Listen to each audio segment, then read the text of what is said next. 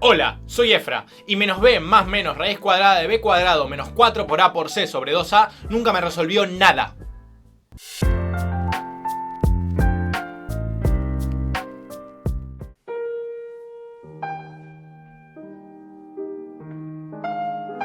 Nocturno Opus 9 número 2 de Frédéric Chopin.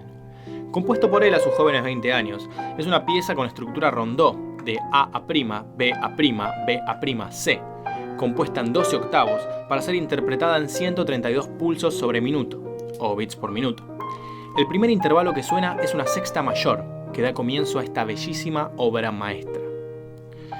Todo esto nos hace acordar a algo, ¿no?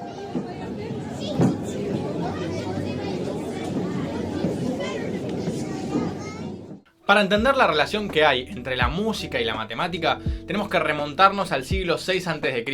y a las ciudades griegas de Asia Menor, donde aparecieron las primeras personas que comenzaron a creer que quizás se podría dar una explicación racional al mundo que le rodea y no solo una explicación religiosa, dando así origen a lo que hoy conocemos como la filosofía presocrática. Estos filósofos tenían como objetivo principal encontrar el arqué, que en palabras simples sería el origen de todas las cosas. Para algunos el agua era este elemento primordial, para otros el aire, pero hoy vamos a estar focalizados en un filósofo en particular que decía que todas las cosas estaban hechas de números y que además los planetas o los astros de todo el universo entero estaban... ¡Ah! El mismo que decía que todos los astros y los cuerpos del universo estaban tocando una inmensa pieza musical. Claro, estoy hablando de Pitágoras.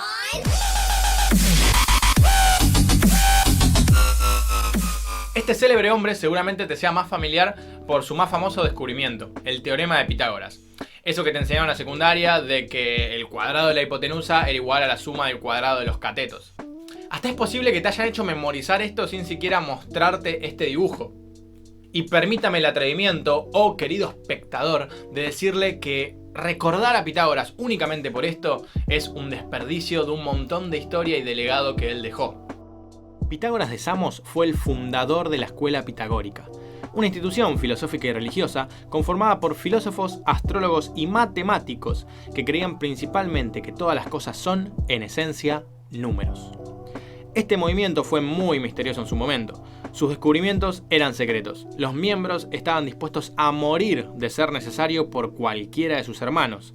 Creían en la reencarnación y eran vegetarianos. Además estaban plagados de símbolos y misticismo. En esta escuela pitagórica, la formación inicial de un discípulo, llamada matesis, estaba compuesta por 4 materias pilares, las matematas, que significa aquello que puede aprenderse, palabra de la que probablemente después derivaría nuestra conocida matemática. No sé eso, no sabes ni qué significa, por ahí estás invocando un diablo y... Un diablo, ¿cuántos diablos había? Y en fin, las 4 matematas que formaban al discípulo pitagórico en su camino inicial y le permitían unirse a esa hermandad pitagórica eran astronomía, geometría, aritmética y música. Claro que para Pitágoras la música era algo más que solamente sonidos que sonaban bien entre ellos y que se usaba de manera recreativa nada más. Mediante la música, los pitagóricos explicaban el movimiento. Ellos concebían a lo que hoy conocemos como matemática y a la música como la misma cosa, una expresada en el espacio y otra expresada en el tiempo. Y como ya dije antes, los números y las figuras geométricas para esta escuela eran la esencia de todo. Y hasta tenían un símbolo místico que ellos consideraban que era la clave de las armonías que gobiernan el universo entero. Y ese era la Tetractis. En este símbolo se representan los 4 primeros números, el 1, el 2, el 3 y el 4. Pero para comprenderlo en su totalidad y entender por qué era tan sagrado, tenemos que desertar la idea de número que tenemos en la cabeza. Es decir, tenemos que dejar de interpretar a los números como símbolos que solo nos ayudan a representar cantidades de cosas. Como seguramente aprendimos en la escuela, tengo 2 manzanas y recojo 3, tengo 5. No. Si bien los números nos ayudan a interpretar y explicar la realidad que nos rodea, para los pitagóricos estos representan toda una idea, son todo un concepto lleno de significados mucho más relevantes que solo su utilidad cuantitativa. El 1 es la idea de unidad, lo que está solo, el 1 es todo. Si algo es infinito, infinitamente largo o infinitamente grande, eso será 1. Representa la mónada, la unidad originaria, la totalidad de todos los seres, la no división. El 2, por su parte, representa todo lo contrario. El 2 viene a representar la división, la dualidad, manifestado en el sexo de los seres humanos, hombre o mujer, o en arriba o abajo, o voy o no voy, o mirás para adelante o mirás para atrás. No se puede ver todo al mismo tiempo. Es la elección, es elegir algo, que significa también prescindir de lo otro. Por esto se creía que el 2 era un número conflictivo. Pero para esto llega el 3, que el 3 es el equilibrio. El 3 llega a intermediar entre estos dos bandos. Viene a quebrar esa dualidad para intentar volver a ese concepto de unidad que hablábamos antes. El 3 viene a formar un triángulo equilátero, que sería adoptado, por ejemplo, por el cristianismo.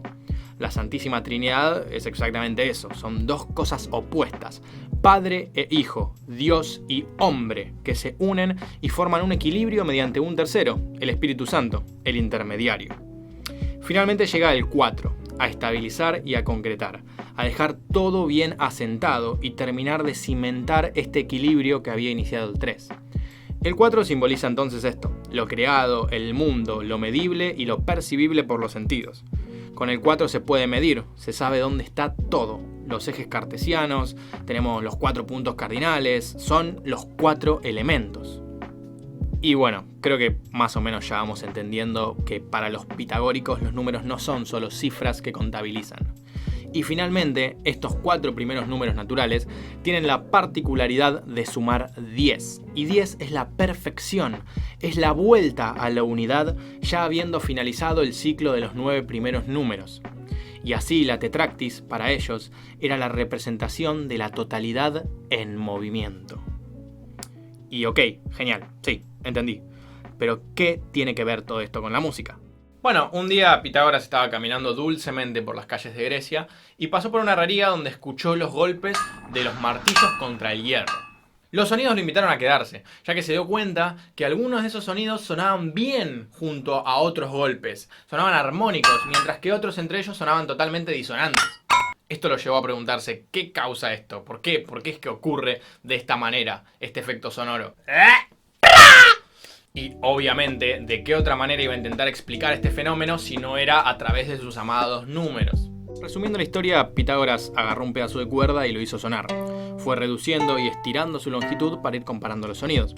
Y así se dio cuenta que había ciertos trucos para hacer que los sonidos de dos longitudes distintas suenen bien entre ellas. Primero, si dividía la cuerda a la mitad exactamente, es decir, un medio de cuerda o 1/2, encontraría el primer sonido armónico, lo que hoy conocemos como una octava. Luego, si reducía la cuerda pero a 2/3 de la longitud inicial, es decir, 2/3, encontraría otro sonido armónico más, el que hoy conocemos como quinta. Y finalmente, si reducía la cuerda a 3/4 de la longitud inicial, es decir, 3/4, encontraría un sonido armónico más, el que hoy conocemos como intervalo de cuarta. Y he aquí cómo la tetractis se manifestaba de forma musical también. Bueno, pero ¿todo esto qué es? Estará preguntándose el espectador si jamás estudió ni un miligramo de música en toda su vida. Bueno, querido amigo, amiga, amigue, estas octavas, cuartas y quintas, y en especial estas últimas quintas, son la base que respalda, cimienta y compone toda la música que estás escuchando en Spotify. La música y la matemática se habían embarcado en una relación que no iba a romperse nunca. Fracciones para indicar el compás, intervalos para la relación entre notas, grados para la relación entre acordes. Todo se indica mediante referencias matemáticas. La música nació así y al día de hoy se sigue enseñando así. Y así escapes de las formaciones formales u oficiales y quisieras aprender de oído, escuchando a otros músicos tocar, seguirías aprendiendo lo mismo, música, pero su representación en el tiempo, como ya hablamos antes. Los mismos números que están manifiestos en la partitura están siendo dibujados por vibraciones en el aire para tu posterior interpretación.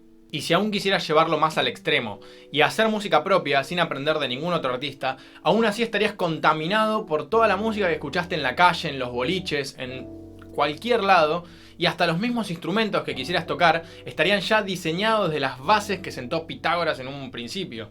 Toda la música ya está basada en números y regida por una búsqueda de simetría, ya sea en los compases que dura un acorde o en la estructura misma de la canción. Y si todavía te quedase una última esperanza, como a modo de Vale 4, y me digas, ¿qué pasa si nazco de nuevo en una isla desierta, creo mis propios instrumentos y jamás me contamino la mente con ninguna otra canción creada en la historia? Lamento decirte que el ritmo regular lo llevas con vos a donde vayas, porque del lado izquierdo del pecho tenés un metrónomo que te está marcando a cuántos beats por minutos está transcurriendo este momento que estás respirando. Pero bueno, siendo un hombre racional, no creo tener argumentos suficientes como para negar que en este hipotético caso se podría concebir música sin pensarla ni un poco por el lado matemático. Aunque Pitágoras no estaría de acuerdo conmigo, ya que él afirmaba totalmente de que la música tocada en la Tierra era una representación terrenal del orden del universo. Él pensaba al universo entero como una creación ordenada, y que mediante los números iba a llegar a comprender este orden. Ah, y dicho sea de paso, orden en griego se dice cosmos. También creía que todos los astros y los planetas, al ser tan enormes y moverse a velocidades tan abismales, tenían que producir un sonido alguno. Tenían que hacer algún ruido, tenían que sonar de algún modo.